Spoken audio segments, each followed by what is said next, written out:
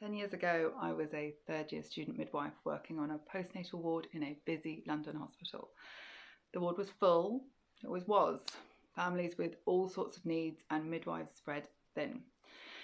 Postnatal wards are usually pretty busy and noisy, and at the height of summer, they are literally the hottest place in the world. They often smell pretty funky too, with the hospital food mixed with strong cleaning products. It is an assault on the senses. One of the families I was looking after had a baby who was nearly 36 hours old, and he hadn't really fed, not properly. I eased back the curtain and peeked in. The new mum was sitting on the bed, cradling her sleeping baby. Her husband was rummaging in their bag for the nipple shields they'd packed. Baby grows and nappies were going everywhere. I introduced myself, perched on the end of the bed, and gently asked how things were going. They exchanged a look, and the mother took a deep breath and began telling me what had happened since their son had been born. Her husband added bits in as she went. I listened, asked a few questions, and watched as her eyes welled up. She blinked hard, trying to hold it in.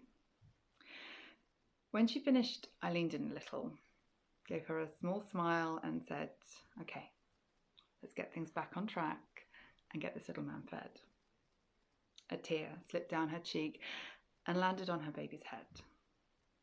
She was desperate to breastfeed. They'd done the antenatal class, written the birth plan, made friends in their group, but now they felt helpless. Both were lawyers, not at all used to not being able to solve a problem. They'd expected breastfeeding to come naturally. Instead, she was in pain, exhausted, and full of doubt. We tried skin to skin, laid back positions, mother-led techniques, gently encouraging her baby to latch. He showed some cues, but he just couldn't stay awake. He was too tired, too underfed.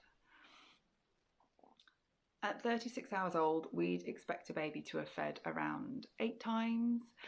He hadn't. He had no energy to feed, and without feeding, no way to build energy.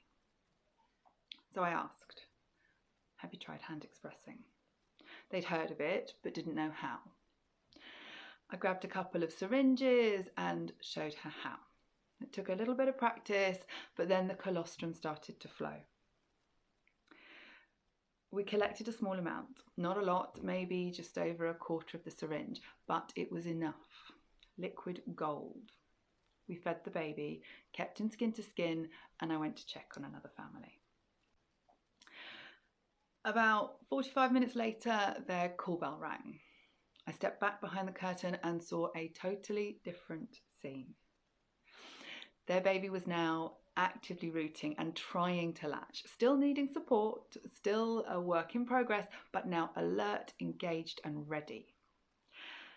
And when he finally latched and fed from her breast, I watched the mother's face soften in utter relief, utter joy. The tears returned, not from fear this time, but from realising she could do it. In that moment, everything else disappeared. The heat from the ward, the noise, the smell. I felt my heart in my throat, willing the baby to stay latched, watching every movement of his jaw. Another tear slipped from Mum's cheek and landed on his face. He startled, blinked, and kept feeding. This moment stayed with me because this was the turning point, and it started with one small thing she hadn't been taught. She didn't know how to hand express. No one had shown her. She'd been told about birth, but had not truly prepared to breastfeed, and this isn't unusual.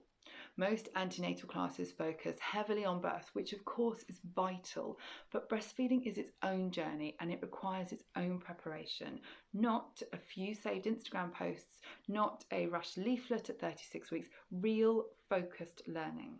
And no, I can't promise that preparation will make everything perfect. Babies are tiny humans. They are not all made equally. But when you start parenthood with real knowledge and practical skills, you have the best chance to breastfeed confidently and comfortably, and to recognise when things aren't going well and what to do next. That's why I created my online breastfeeding course, to make sure families are ready. Because properly preparing for breastfeeding during pregnancy is the most powerful way to avoid stress, feeding problems, and self-doubt in the early weeks. I hope you'll choose to join me in the course.